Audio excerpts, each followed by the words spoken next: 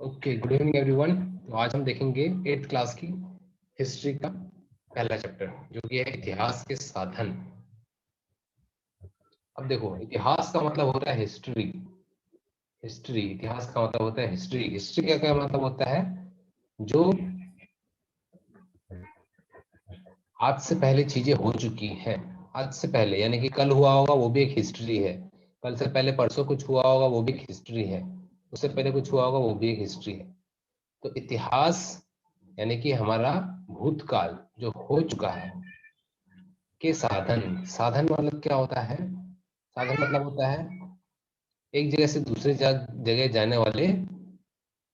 जैसे कि एक मोटरसाइकिल हो गई, ये एक साधन होता है।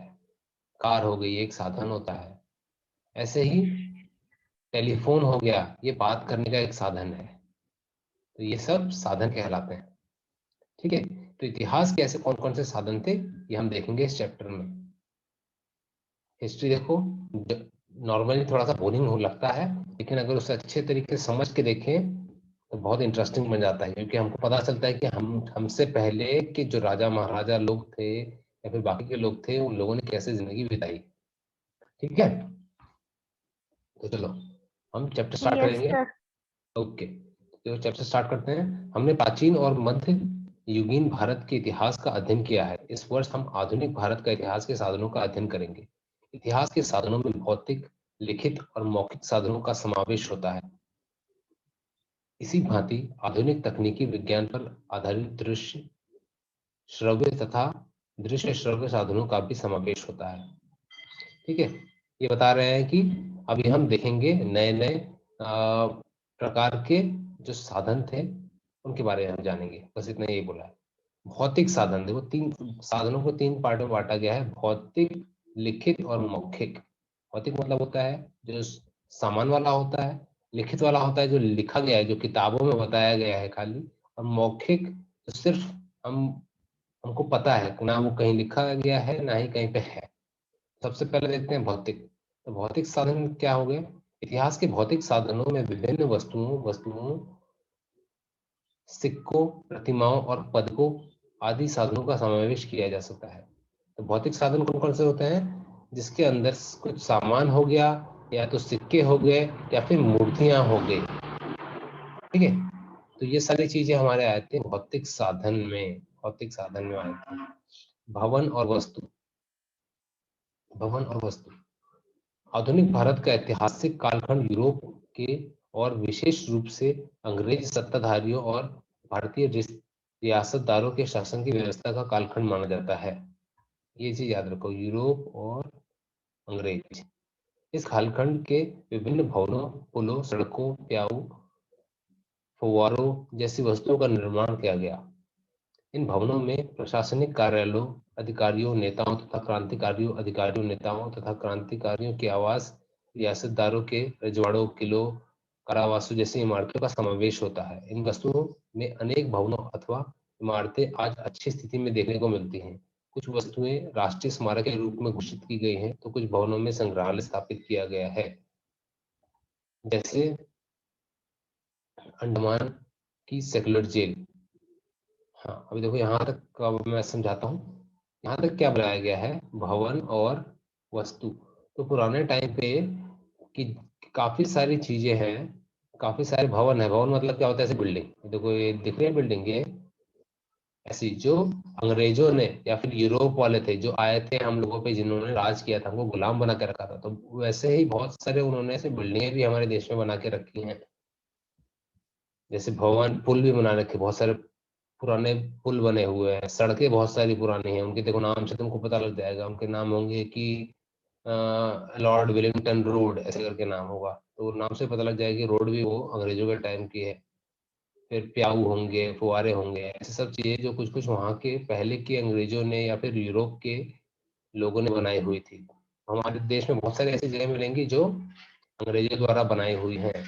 या फिर वो बिल्डिंगें हो सकती हैं, या फिर ब्रिज हो सकते हैं, या फिर रोड हो सकती हैं। ऐसी कई चीजें मिलेंगी तुमको जो कि अंग्रेजों के द्वारा या यूरोपीय लोगों के द्वारा बनाए हुए थे। जैसे कि एक बताया है यहाँ यस। पे अंडमान की सेकुलर जेल। तो अंडमान में एक जेल बनाई है वहां पे। तो वहां पे जितने भी हमारे देश में क्रांतिकारी होते थे, जो अंग्रेजों से लड़ाई करते थे, उनको पकड़ के अगर वो पकड़े जाते थे तो उनको अंडमान में भेज दिया जाता था। अगर तुमको अंडमान याद होगा तो हमारे मैप में ऐसे, अगर हमारा मैप है ये, तो यहाँ पे ऐसे छोटा सा है अंडमान।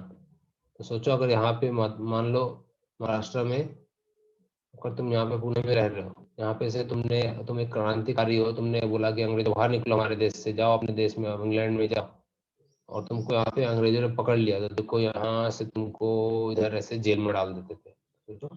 तो ये जो यहाँ पे जो जेल बनी है अंडमान में, ये कितनी जरूरी होगी कि वहाँ पे हमारे जो क्रांतिकारी थे उन लोगों ने अपना टाइम वहाँ पे काटा है, वहाँ पे हमारे लिए वो गए। ठीक है। जैसे कि आज के टाइम में हम आर्मी वालों यस। को मानते हैं कि वो लोग हमारे देश के लिए काम करते हैं, वैसे पहले के टाइम पे जब अंग्रेजों का टाइम था तो क्रांतिकारी थे। ठीक है, क्रांतिकारी लोगों ने हमारे देश के लिए, हम सब लोगों के लिए अपनी जान भी दी है, बहुत सारे क्रांतिकारियों ने। ओके। तो वैसे ही अगर वो जहाँ पे भी रहे क्रांतिकारी को जहाँ पे भी डाला होता है, वो जगह हमारे लिए आज के हमारे लिए जरूरी हो जाती है। वैसे ही जहाँ उनको जेल में भी डाला तो वो जेल भी बहुत पवित्र मानी जाएगी। ओके, आगे बढ़ते हैं। यदि हम इन वस्तुओं स्थानों पर जाते हैं तो हमें तत्कालीन इतिहास, स्थाप स्थापत्य शास्त्र और वस्तु के स्वरूप के आधार पर तत्कालिक आर्थिक संपन्नता के विषय की जानकारी मिलती है। जैसे अंडमान की सेक्युलर जेल में जाने पर स्वतंत्रता वीर सावरकर के क्रांति कार्यों के विषय में, मुंबई के मणि भवन अथवा वर्धा के सेवाग्राम आश्रम में जाने पर गांधी युग के इतिहास के बारे में जानकारी मिलती है। देखो यहाँ पे कितना बढ़िया बताया है कि अगर हम ऐसी पुरानी जगह जाते हैं जो कि अंग्रेजों के टाइम पे बनी हुई है, जहाँ पे हमारे क्रांतिकारियों ने या फिर हमारे लोगों ने टाइम बिताया है, वहां पे जाओगे तो तुम्हें उस बिल्डिंग को देखोगे, तो वहां पे तुमको पता लगेगा कि वो टाइम पे लोग कैसे रहा करते थे, वहां पे उन्होंने कैसा मुश्किल टाइम बिताया हुआ है। वहां पे या तो किताबों में ऐसे लिख के रखा हुआ है, या फिर वहां की दीवारों में ऐसे ड्राइंग बना के रखी है। ठीक है, जिसमें से कि मैं इस वाले में गया हूँ, और तुमको भी टाइम मिले तो जाना पक्का, क्योंकि मैं ये देखा है मैंने यस। सेवाग्राम आश्रम। ये जो वर्धा में सेवाग्राम आश्रम है, बहुत अच्छा बनाया है। वहां पे अगर तुम थोड़े बड़े होगे तो जाना होगा। ओके, देखो यस यहाँ पे। सर। हाँ, यहाँ पे देखो, अभी देख लेते हैं ना, क्या तुम जानते हो हमें क्या लिखा है? क्या तुम जानते हो? वस्तु संग्रहालय, वस्तु संग्रहालय और इतिहास, इतिहास के अध्ययन हेतु वस्तु संग्रहालय द्वारा विभिन्न वस्तुओं, चित्रों, छायाचित्रों जैसी विविध वस्तुएं संरक्षित रखी जाती हैं। पुणे के आगा खां पैलेस में स्थित गांधी स्मारक संग्रहालय में महात्मा गांधी द्वारा उपयोग में लाई गई वस्तुएं, दस्तावेज को देख सकते हैं।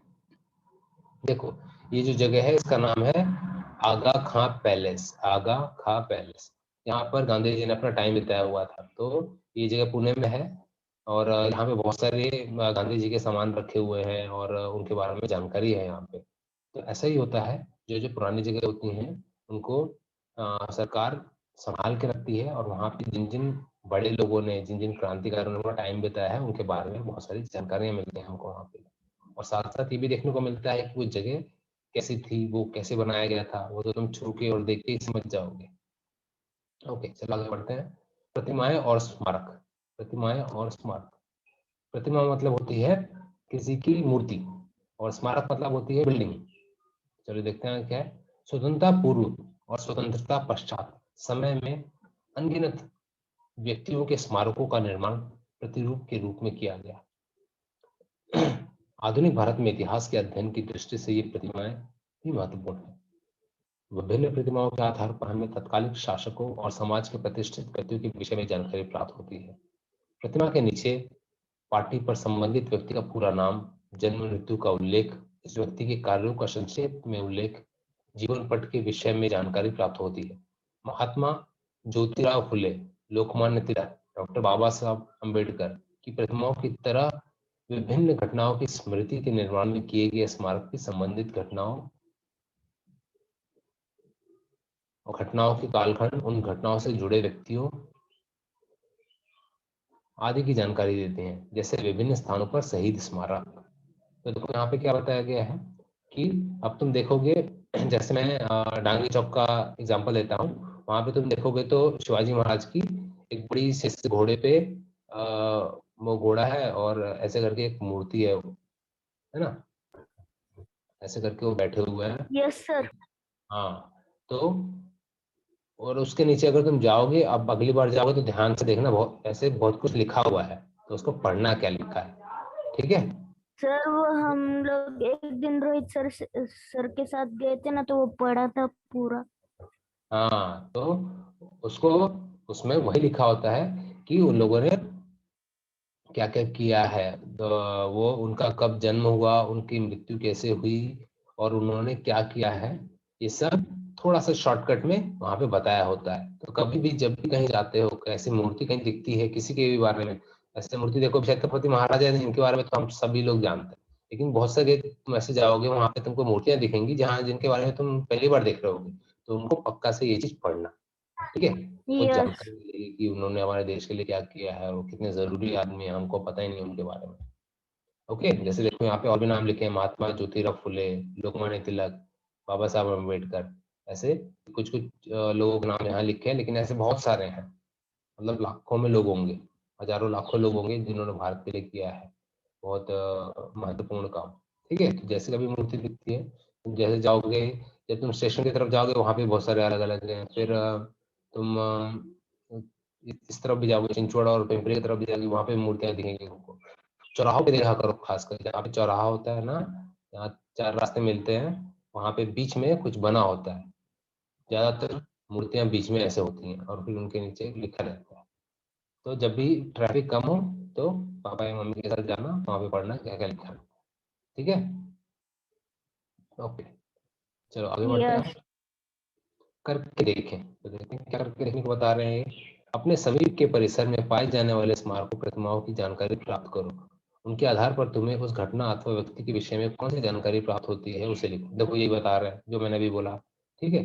जब भी कहीं पे जाते हो तो देखो कि कोई प्रतिमा है क्या, प्रतिमा मतलब मूर्ति, स्मारक, स्मारक मतलब होता है कि कुछ ऐसा बना होता है, किसी की मूर्ति नहीं होती है लेकिन कुछ बना होता है, ठीक है, ऐसे करके कुछ बनाया है, जैसे ये ऐसा वाला सिंबल होता है, शहीद स्मारक जैसा होता है ये, ऐसे जब भी कुछ बना होता है। या फिर शहीद स्मारक में एक और होता है, एक बंदूक लगी होती है, बंदूक के ऊपर ऐसे टोपी रखी होती है ना, ये शहीद वाला। यस। हाँ, ये शहीद स्मारक ऐसे होते हैं, तो इन दोनों में से एक होते हैं, या तो एक ये ऐसा होता है या तो ऐसा होता है। तो स्मारक मतलब क्या होता है, किसी की मूर्ति नहीं होती है, लेकिन कुछ तो भी फिगर बनाया होगा, कुछ जैसे गणित में होते हैं फिगर, वैसे ही कुछ फिगर बनाया होगा, तो उनको बोलते हैं स्मारक, स्मारक प्रतिमा, ठीक है। स्मारक स्मारक में बिल्डिंगें भी आती हैं और वैसा डिजाइन भी आ जाता है, और प्रतिमा में तो मूर्तियां आती हैं। तो ऐसे जब भी देखो उसके बारे में जानकारी देखो, उनके बारे में जानो कि क्या है भाई, ऐसे इन लोगों ने ऐसा क्या किया है कि इन लोगों की मूर्तियां बना के रखी हैं, इनके इनके नाम पे सड़कों के नाम है, इनके नाम पे चौराहों के नाम है, ठीक है। ओके, चलो हम आगे बढ़ते हैं। अब सेकंड पॉइंट आ गया हमारा, लिखित साधन। देखो हमने तीन चीजें देखी थी, एक था भौतिक, भौतिक देखा था, तो भौतिक हमने देख लिया, भौतिक में देखो अभी क्या क्या चीजें हमने देखी, कि स्मारक देखी, मूर्तियां देखी, और जो वास्तुकलाएं थी वो देखी हमने, ये भौतिक हो गया। सेकंड है हमारा लिखित साधन, लिखित साधन अभी पढ़ते हैं। लिखित साधन क्या है, आधुनिक भारत के इतिहास के लिखित साधनों में निम्न बातें आती हैं। लिखित में देखो ये सारी चीजें आ गई, कौन कौन से आ गए, पत्राचार, विदेशी व्यक्तियों के लेखन, समाचार पत्र, चरित्र, पत्रिकाएं, फैक्ट्री रिकॉर्ड्स, आत्मचरित्र, पुस्तकें, देखो ऐसे 8 चीजें बताई हुई हैं जो कि लिखित साधन में आता है। लिखित साधन जैसे कि मैंने बताया, लिखित का मतलब होता है लिखा हुआ, ठीक है, लिखा हुआ। तो अभी लिखा हुआ कैसे कैसे कैसे हो सकता है, पुराने जमाने के जो न्यूज़पेपर हो गए, दूसरे देश के जो लोग थे उनके लिखे हुए कुछ डायरियां हो गई, वो अपने अपने डायरी में लिख के रखते थे कि अगर मान लो वहां से अमेरिका से कोई आदमी आया है 500 साल पहले का, उसने लिखा कि यहाँ पे आज भी जो लोग हैं वो अपने घरों में सुंदर सी रंगोलियां बनाते हैं और हर त्योहारों को ऐसे ऐसे सजाते हैं। देखो आजकल बहुत कम हो गया है ये सब, सजाना वजाना सब बहुत कम हो गया है, अब बस सीधा यस फोन सर। करके ऐसा करते हैं। तो पहले के टाइम पे मान लो कोई आया होगा अंग्रेज, उसने लिखा होगा, तो और अभी तुम पैदा हो रहे हो, तुमको पता ही नहीं लगेगा कि 500 साल पहले क्या होता। तो इन चीजों से पता लगेगा जो हमारी किताबें किसी दूसरे ने लिखी होगी, या पहले के टाइम पे जो न्यूज़पेपर होंगे, न्यूज़पेपर का लिखा हुआ और किसी ने बचा के रखा होगा। तो फिर फैक्ट्री के रिकॉर्ड्स, मान लो बजाज के जो वहाँ पे देखो डांगे चौक से पहले एक शोरूम है ना, वो किसका नाम, क्या नाम है, प्रतिभा शोरूम है जो। तो प्रतिभा शोरूम में हाँ सर। वहाँ के अगर बहुत सारे पुराने टाइम के, मान लो 50 साल पहले के या 100 साल पहले के, लिखा हुआ है कि वहाँ पहले 100 साल पहले कैसे मोटरसाइकिल बनती थी। वहाँ पे उन्होंने उस मोटरसाइकिल का ड्राइंग रखी है, उसको संभाल के रखी है। तो अभी तुम जाओगे तो जाके तुम देख सकते हो कि 50 साल पहले, 100 साल पहले कैसा बना करता था। वरना अगर ये संभाल के नहीं रखा होगा तो तुमको पता ही नहीं लगेगा कि पहले बनती भी थी कि नहीं बनती थी। तो ये सब हमको किससे पता लग जाता है? हमको लिखित साधनों से हम इतिहास के बारे में जान सकते हैं, लिखित साधनों से। ठीक है, ओके, चलो आगे देखते हैं इसमें। अब यस। देखो इन्हीं चीजों को एक एक करके समझाया हुआ है। यहाँ पे 8 चीजें थी, इन्हीं 8 चीजों को हम देख लेते हैं। सबसे पहले है समाचार पत्र और पत्रिकाएं। समाचार पत्रों द्वारा हमें समसामयिक घटनाओं की जानकारी प्राप्त होती है। साथ ही समाचार पत्रों में किसी घटना का गहन विश्लेषण, विद्वानों की मत प्रतिक्रियाएं, संपादकीय लेख प्रकाशित होते रहते हैं। हमें तत्कालीन राजनीतिक, सामाजिक, आर्थिक और सांस्कृतिक गतिविधियों की जानकारी प्राप्त होती है। स्वतंत्रता के पूर्व समय में ज्ञानोदय, ज्ञान प्रकाश, केसरी, दीनबंधु, अमृत बाजार जैसे समाचार पत्र जन जागरण के महत्वपूर्ण साधन थे। इन समाचार पत्रों के आधार पर हम अंग्रेजी शासन की भारत के विषय में निर्धारित नीतियों और उनके भारत पर हुए परिणामों के विषय में अध्ययन कर सकते हैं। अंग्रेजों के शासनकाल में समाचार पत्र मात्र राजनीतिक जागरण ही नहीं, अपितु सामाजिक पुनर्जागरण के साधन के रूप में भी कार्य करते थे। विष्णु शास्त्री चिपलूणकर ने मानसिक पत्रिका निबंध माला में, लोक हितवादी उर्फ गोपाल हरि देशमुख ने साप्ताहिक पत्रिका प्रभाकर में लिखे सत्पत्र द्वारा विभिन्न सामाजिक और सांस्कृतिक विषयों पर भाव्य किया। देखो, इसका कहने का क्या मतलब है कि समाचार पत्र यानी कि अखबार, और छोटे अखबार, देखो छोटे अखबार कौन से होते हैं? जो कि शाम को निकलते हैं। तुमको ज्यादातर अखबार जो होते हैं वो सुबह रात के 12 बजे छपते हैं और 4 बजे इधर उधर बांटने के लिए आ जाते हैं घरों पे। 4 बजे निकल जाते हैं वो अखबार बांटने वाले, और सुबह सुबह 6-7 बजे हमारे को घर पे मिल जाता है। वैसे ही शाम को भी एक अखबार निकलता है, वो 3-4 बजे अखबार छपता है और 5-6 बजे तक लोगों को मिलता है। ठीक है, और इसी के साथ मैगजीन भी होती हैं जो यस। हफ्ते में एक बार निकलती हैं। तो ये सारी हो जाती है समाचार पत्र, जिसमें हमको जो समाचार होते हैं, कौन कौन से समाचार होगी? राजनीतिक वाली, सामाजिक वाली, आर्थिक मतलब पैसे से संबंधित, और सांस्कृतिक, सांस्कृतिक मतलब हो गया जो हमारी संस्कृति से जुड़ा हुआ है, हमारे त्योहार, हमारे रहन सहन का तरीका, ये सब सांस्कृतिक होता है। तो इन इन चीजों के बारे में पहले के अखबारों से हमको बहुत सारी जानकारी मिल सकती थी कि पहले कैसा होता है। जैसे मैंने अभी तो एग्जांपल दिया था कि पहले के टाइम पे हम क्या क्या चीजें मनाया करते थे, और अभी कौन सी बढ़ गई हैं या अभी क्या कम हो गई हैं, है ना। पहले के टाइम पे देखो दिवाली में क्या होता था, सब लोग एक दूसरे के घर जाते थे और विश करते थे, और रंगोलियां मनाते थे, दिए जलाते थे।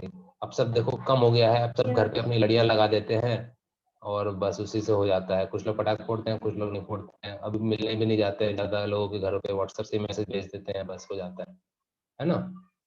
तो ऐसे ही अलग होते गया। अब से देखो, यस। मान लो अब से 100 साल के बाद तो ये भी बंद हो जाएगा, मतलब लोग ये भी नहीं शायद करने लगे, या फिर किसी और तरीके से मनाने लग जाए दिवाली को। तो उन लोग को पता ही नहीं लगेगा कि पहले कैसा होता था। तो कैसे पता लगेगा? ये पुराने जो अखबार होते हैं, अखबारों में फोटो निकलती हैं, उसमें लिखा होता है कि पुणे में लोगों ने ऐसे दिवाली मनाई और ये धूमधाम से किया, ऐसे करके सब चीजें लिखी होती हैं। तो ये हमको इन्हीं चीजों से पता लगेगा। वैसे ही हम लोगों को भी जानकारी मिली है कि समाचार पत्रों से, पत्रिकाओं से। हम लोग जो अभी 100-2000 साल तक पुराना के बारे में जान रहे हैं, इन्हीं चीजों की वजह से जान पा रहे हैं। ठीक है, अब देखते हैं ये क्या यस। लिखा है। चलो चलो समझेंगे, चलो समझेंगे में क्या बताया है। डॉक्टर बाबा साहब अम्बेडकर और समाचार पत्र।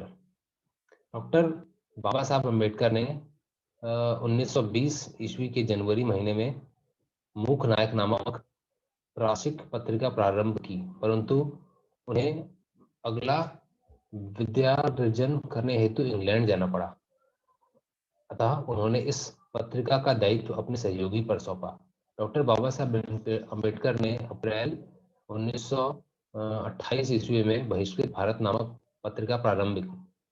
सामान्य जनता को जगाने और उन्हें संगठित करने हेतु उन्हें बहिष्कृत भारत में लिखना प्रारंभ किया। इसके अतिरिक्त जनता और प्रबुद्ध भारत में ये 2 समाचार पत्र भी चलाए।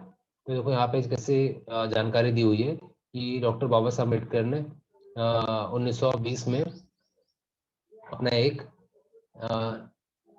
न्यूज़पेपर चालू किया था मूक नायक नाम से, और वो बहुत अच्छा चल रहा था, लेकिन उनको बाबा साहब अम्बेडकर को पढ़ाई करने के लिए इंग्लैंड जाना पड़ा। तब उन्होंने अपने दोस्त को ये जो न्यूज़पेपर था मूक नायक, वो चलाने के लिए दे दिया। और फिर जब वो वहां से आए तो उन्होंने यस एक और न्यूज़पेपर चालू की जिसका नाम था बहिष्कृत भारत। ठीक है, ये इंपॉर्टेंट है वैभव। बच्चों देखो, ये इंपॉर्टेंट है ये कि अगर पूछ देंगे कि डॉक्टर बाबा साहब अम्बेडकर ने अपना सबसे पहला जो न्यूज़पेपर चालू किया था उसका नाम क्या है, तो उसका नाम है मूक नायक। और बाद में भी क्या कोई चालू किया था? हाँ, बाद में भी चालू किया था, उसका नाम था बहिष्कृत भारत। ठीक है, यस ये सबसे पहला वाला तो सबसे इंपॉर्टेंट है, मूक नायक, इसको याद रखना।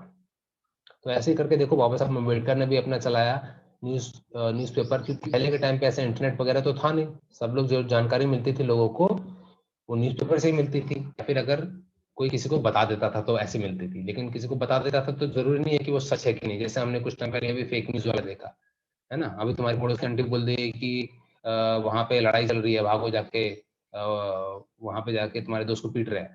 तो ये पता नहीं सच बोल रहे हैं कि नहीं। पहले ऐसा होता था, पहले बहुत दूर वाले लोगों को, अब कुछ इंटरनेट वगैरह होता नहीं था तो कुछ भी जानकारी देते थे और मुश्किल हो जाती थी, कई बार झूठ रहता था और पता नहीं चलता था तो फंस जाते थे लोग। तो उस टाइम पे बस अखबार ही ऐसा साधन था जिससे हमें सच्चाई का पता लग सकता था। ओके, ये लास्ट, अभी कितना बचा है? अभी तो 2 पेज बचे हुए हैं। ठीक है, हम ये लास्ट वाला चीज देख लेते हैं, मानचित्र के रूप, मानचित्र वाला देख लेते हैं एक बार। मानचित्र देखो बहुत इंपॉर्टेंट है, मानचित्र और प्रारूप। तो मानचित्र तुमको पता होगा क्या होता है? मैप, किसी भी चीज का मैप। देखो मैप कितना इंपॉर्टेंट होता है। मानचित्र को इतिहास का महत्वपूर्ण साधन माना जाता है। मानचित्र के आधार पर हम शहरों अथवा किसी स्थान के बदलते स्वरूप का अध्ययन कर सकते हैं। अंग्रेजों के शासनकाल में सर्वे ऑफ इंडिया, इस स्वतंत्र विभाग की स्थापना की गई। इस विभाग ने भारत के विभिन्न प्रांतों और शहरों के वैज्ञानिक पद्धति से सर्वेक्षण कर मानचित्र बनाए। मानचित्रों की भांति वास्तु विशारदों द्वारा बनाए गए प्रारूप भी भवन स्थापत्य शास्त्र के तथा किसी क्षेत्र के विकास के चरणों का अध्ययन करने की दृष्टि से महत्वपूर्ण सिद्ध होते हैं। जैसे मुंबई पोर्ट ट्रस्ट विभाग के पास मुंबई बंदरगाह के मौलिक रूप प्रारूप है। इस बंदरगाह को विकसित करते समय वास्तु विशारद और अभियंताओं द्वारा बनाए गए ढांचे प्रारूप भी हैं। इन ढांचे प्रारूप के आधार पर हमें मुंबई महानगर के विकास की जानकारी मिल सकती है। तो देखो यहाँ पे क्या बताया हुआ है कि मानचित्र हमारा कितना इम्पोर्टेंट एक पार्ट है, जिससे कि हमको इतिहास के बारे में जानने को मिल सकता है। जैसे पहले जो भारत था, उस भारत के अंदर पाकिस्तान भी जुड़ा हुआ था, है ना। तो अभी अगर हमारे पास मानचित्र नहीं होते तो फिर हम तो बता ही नहीं पाएंगे पाकिस्तान को लेकर, नहीं भाई हम तो थे ही नहीं तुम्हारे साथ कभी भी। पहले भारत का मैप ऐसे हुआ करता था, लेकिन जब पाकिस्तान वाला हो गया तो फिर ये ऐसा बन गया। ठीक है, और यहाँ पे भी फिर ये बांग्लादेश भी जो था ये भी भारत में था, अब ये अलग है, अलग हो गया, तो ऐसा हो गया। तो ये देखो मानचित्र से भी हमको पुराने पुरानी चीजों के बारे में बहुत जानकारी मिलती है कि पहले के टाइम पे कहाँ कौन सा हिस्सा किसका था, कौन सा कहाँ पे कहाँ तक के था, कहाँ पे नदियां थी, कहाँ पे जमीन थे खेती करने के लिए। ये सब चीजें हमको पुराने मानचित्र से भी पता लगता है। तो मानचित्र भी एक बहुत बड़ा साधन हो गया जिससे कि हम हिस्ट्री को, इतिहास को जान सकते हैं। ओके यस ओके, तो चलो इसके साथ हमारी आज की क्लास हो जाती है कंप्लीट। कल ये चैप्टर अपन पूरा कंप्लीट करा देंगे। हाँ, तो लेकिन अपन क्वेश्चन ओके देखते हैं, कुछ क्वेश्चन देख लेते हैं कौन से आपको करके आने हैं। पहला, दूसरा, देखो पहले वाले क्वेश्चन में ये 2, यस फिर इसमें पहला,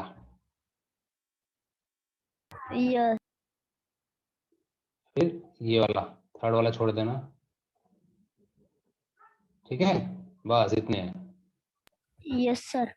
ओके चलो, फिर अपन कल मिलते हैं और नई नई इंटरेस्टिंग के सेकंड चैप्टर बहुत इंटरेस्टिंग है, मैंने देखा है ना। चलो कल मिलते हैं अपन।